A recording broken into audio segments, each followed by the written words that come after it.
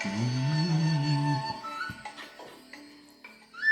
suivrai mon Seigneur et mon Maître, sans jamais m'éloigner de ses pas, sans que rien ici-bas ne m'arrête, et sans rien que le chant de sa voix. Je suivrai mon Seigneur et mon Maître, sans jamais m'éloigner de ses pas, sans que rien ici-bas ne m'arrête, et sans rien que le chant de sa voix. Bien-aimés dans le Seigneur, peuple de Dieu, soyez les bienvenus. Je suivrai mon Seigneur et mon Maître. Je mettrai mes pas dans ses pas sans que rien ici-bas ne m'arrête. Dans le nom puissant de Jésus-Christ de Nazareth. Soyez les bienvenus dans la célébration de la parole de Dieu. Cette parole qui est notre force. Elle est la source de la lumière. Elle est ce qui nous donne le pouvoir de devenir enfants de Dieu. Elle est ce qui nous donne l'autorité sur les esprits de ce monde. Cette parole est l'autorité qui nous accompagne. Elle est la puissance qui guide nos pas sur le chemin de la justice et de la victoire dans le nom précieux de Jésus-Christ. Bien-aimés dans le Seigneur, peuple de Dieu, soyez les bienvenus encore une fois.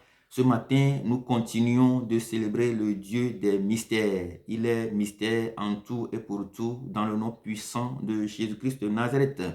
Et nous déclarons ce matin dans le livre d'Ézéchiel 36, verset 27,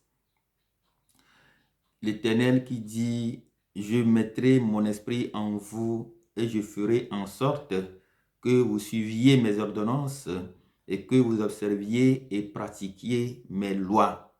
Je mettrai en vous mon esprit, dit l'Éternel des armées.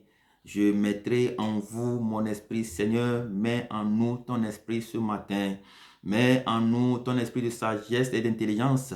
Mets en nous ton esprit de la crainte et de la connaissance de l'Éternel. Mets en nous ton esprit de force et de conseil. Mets en nous la plénitude de ton esprit éternel des armées. Mets en nous ta puissance.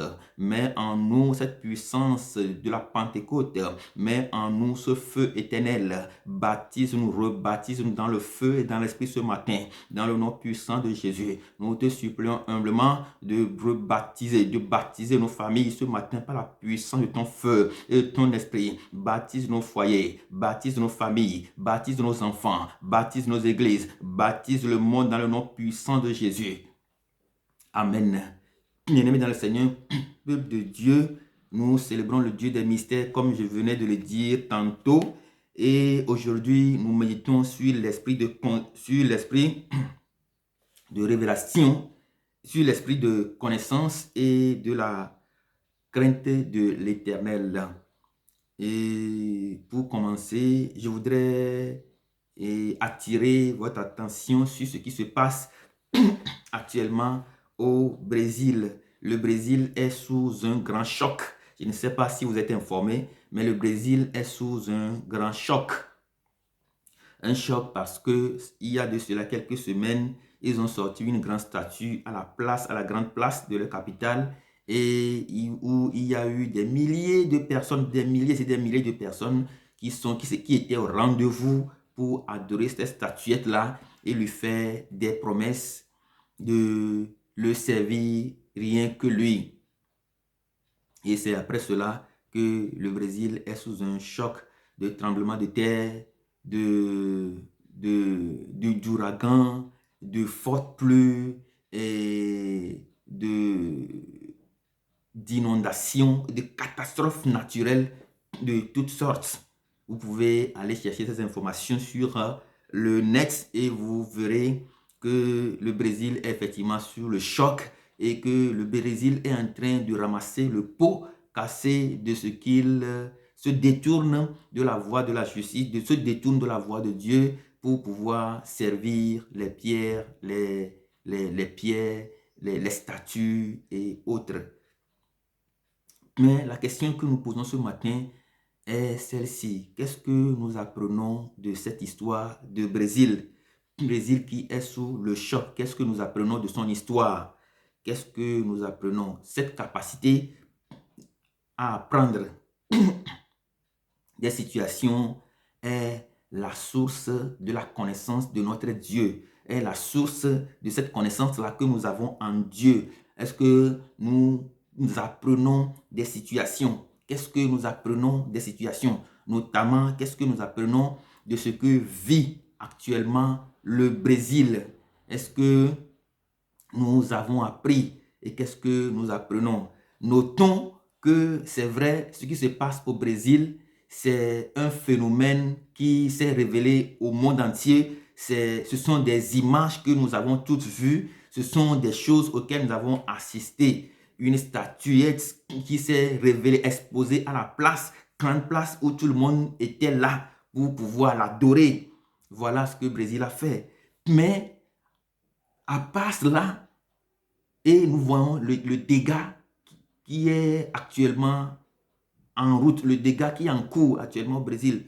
Mais notons qu'à côté de cela, dans nos différents pays aussi, il y a des choses qui sont faites. Il y a aussi des événements qui ont eu lieu. Il y a des situations qui ont prévalu. Et il y a des choses qui se sont faites, mais qui se sont faites pas de manière manifeste, pas de manière physique, mais plutôt de manière très cachée, très latente, qui est cachée, des choses qui se font dans l'obscurité pour pouvoir maintenir nos pays, pour pouvoir maintenir le monde sous l'esclavage et en esclavage, pour pouvoir maintenir le monde dans un cachot, pour pouvoir maintenir le monde dans une prison qui ne dit pas son nom. Et donc, quand nous voyons nos pays souffrir, quand nous voyons des choses, des dégâts, des problèmes qui minent effectivement nos pays aujourd'hui, on se demande si ce n'est pas ce qui arrive au Brésil qui nous arrive d'une autre manière, parce que ce qui se passe dans nos pays, ce sont des choses qui se passent dans l'obscurité, ce sont des choses qui se passent en cachette, ce sont des choses qui ne se révèlent pas au grand jour. Alors que ce qui se passe au Brésil, ce sont des choses qui se passent au grand jour. Donc on peut se demander si effectivement ce qui se passe dans nos pays ne sont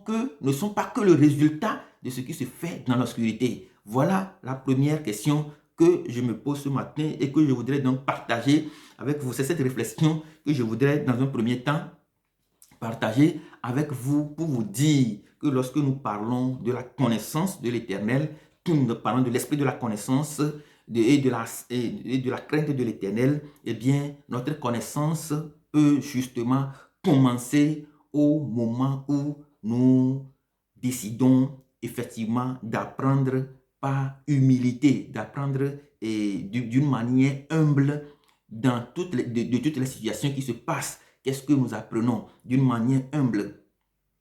Avant d'apprendre même une situation, il faut prendre le temps de l'analyser. Aujourd'hui, ce que nous constatons malheureusement, c'est que avant même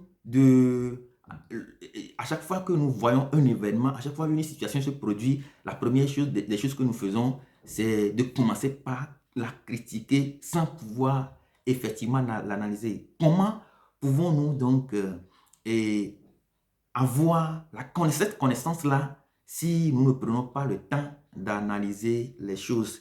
Bien-aimés dans le Seigneur, peuple de Dieu, prenons le temps d'analyser les situations, prenons le temps d'analyser les phénomènes, prenons le temps d'analyser ce qui se passe autour de nous et afin de pouvoir tirer une connaissance qui puisse nous transformer et transformer notre monde. Ça, c'est une expérience particulière, personnelle, spécifique que je suis en train de partager avec vous. Mais en ce qui concerne la connaissance de l'Éternel, je vais partager deux choses. La première chose que je voudrais partager avec vous, c'est que la connaissance de Dieu passe, cette connaissance-là passe toujours par la révélation. Bien-aimés dans le Seigneur, peuple de Dieu, quelle révélation notre Dieu vous a-t-il donné? Dieu, il donne toujours de révélations. La connaissance dont on parle, toute connaissance, la connaissance en général, passe toujours par la révélation. La preuve, les entreprises qui font de grosses voitures aujourd'hui, des voitures de luxe un peu partout, ça commence toujours par une révélation quelque part. Ça commence par une révélation, ça commence par une inspiration, ça commence par, comment appelle-t-on, une révélation profonde. Et donc, en Dieu aussi, la connaissance que Dieu nous donne, cette connaissance que nous avons, commence toujours par une révélation. Bien-aimés dans le Seigneur, peuple de Dieu, qu'est-ce que le Seigneur vous a révélé individuellement sur votre vie? Qu'est-ce que le Seigneur vous a révélé? Qu'est-ce que le Seigneur nous a révélé? Et les uns et les autres peuvent dire que non, que le Seigneur ne m'a jamais rien révélé. Eh bien, prenons le temps d'analyser la situation autour de nous. Prenons le temps d'analyser les phénomènes. Prenons le temps de vivre la présence effective de Dieu. Prenons le temps de nous tenir vivement devant l'Éternel pour voir, comme le déclare le psaume 63, et le psaume 63 qui déclare que mon Dieu, mon âme a soif de toi. Mon corps soupire après toi dans une terre aride, desséchée sans eau. Ainsi, je te contemple dans ton sanctuaire pour voir ta puissance et ta gloire.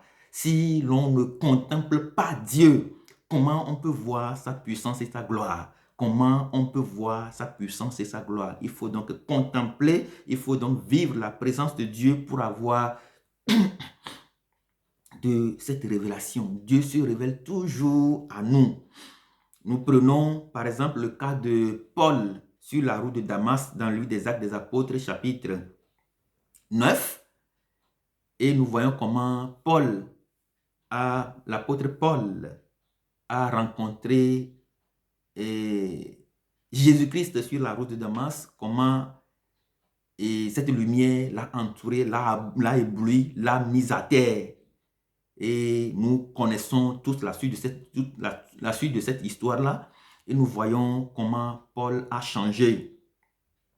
Vous allez voir que c'est cette révélation-là qui est le fondement même de la foi de l'apôtre Paul. C'est cette grande rencontre qu'il a faite avec le Seigneur qui constitue la base de sa vie de foi avec le Christ. Vous pouvez tout lui arracher, mais vous ne pouvez pas lui arracher ce que lui-même il a vécu.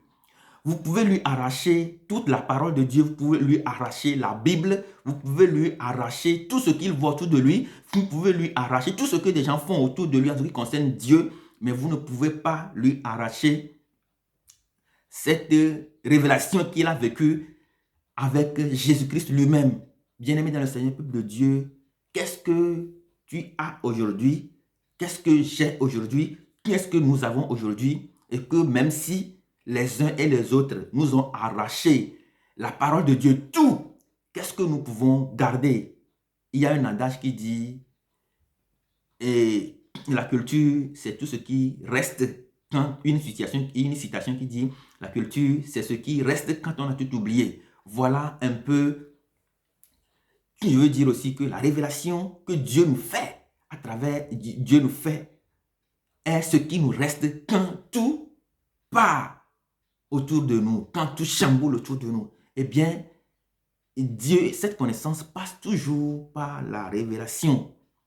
Et c'est cette connaissance-là, c'est cette révélation-là que nous annonçons sous forme de connaissance au monde.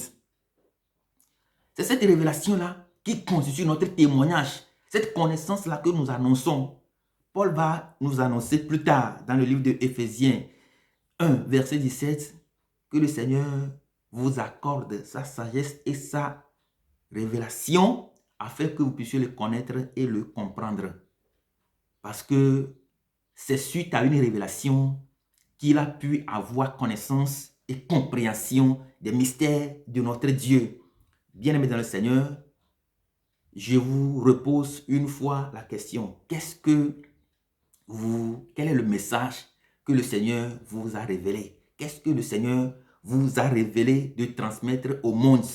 Vous pouvez aller vers quelqu'un avec toute la parole de Dieu. Vous pouvez lui raconter toute la parole de Dieu pour convaincre cette personne-là de revenir à Dieu. Mais si vous n'incarnez pas la révélation que le Seigneur vous a fait concernant sa parole, si vous n'incarnez pas ce mystère-là, si vous n'incarnez pas ce grand mystère de la révélation, si vous n'incarnez pas cette connaissance-là que vous avez de Dieu, vous ne pouvez pas pêcher la personne comme Jésus-Christ a dit à Pierre, je ferai de toi pêcheur des hommes. La deuxième chose que je voudrais partager, c'est que la connaissance de notre Dieu passe toujours par l'expérience que nous faisons avec notre Dieu. 1. La révélation. 2. L'expérience que nous avons avec notre Dieu. Bien-aimés dans le Seigneur, peuple de Dieu, quelle expérience faisons-nous de notre Dieu? Quelle expérience faisons-nous avec notre Dieu? On n'étudie pas Dieu. Vous ne pouvez pas étudier notre Dieu. Vous pouvez faire des expériences avec lui, des rencontres avec lui. Vous pouvez échanger avec lui.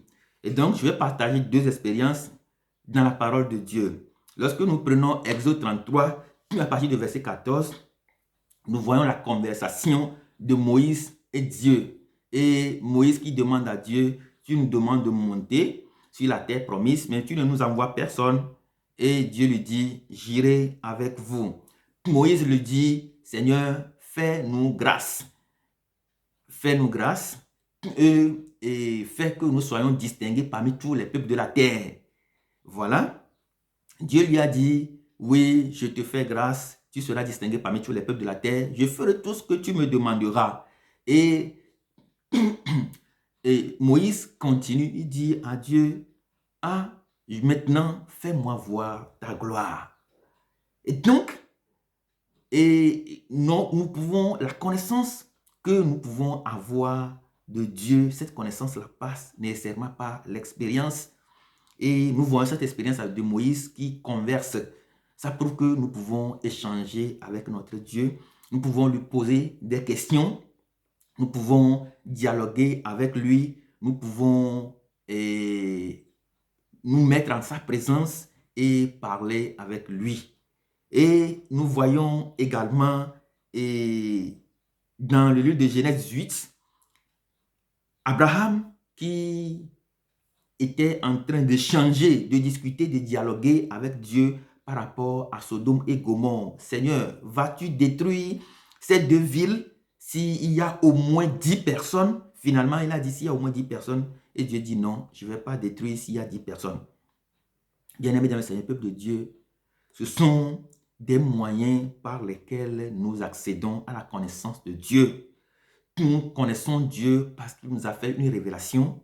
Nous connaissons Dieu parce que nous savons qu'à travers la parole de Dieu, nous pouvons dialoguer avec lui, nous pouvons échanger avec lui. Nous pouvons échanger avec lui. Même dans nos rêves, nous voyons comment le roi Salomon a échangé avec Dieu dans un rêve et Dieu lui a accordé sa sagesse et sa connaissance.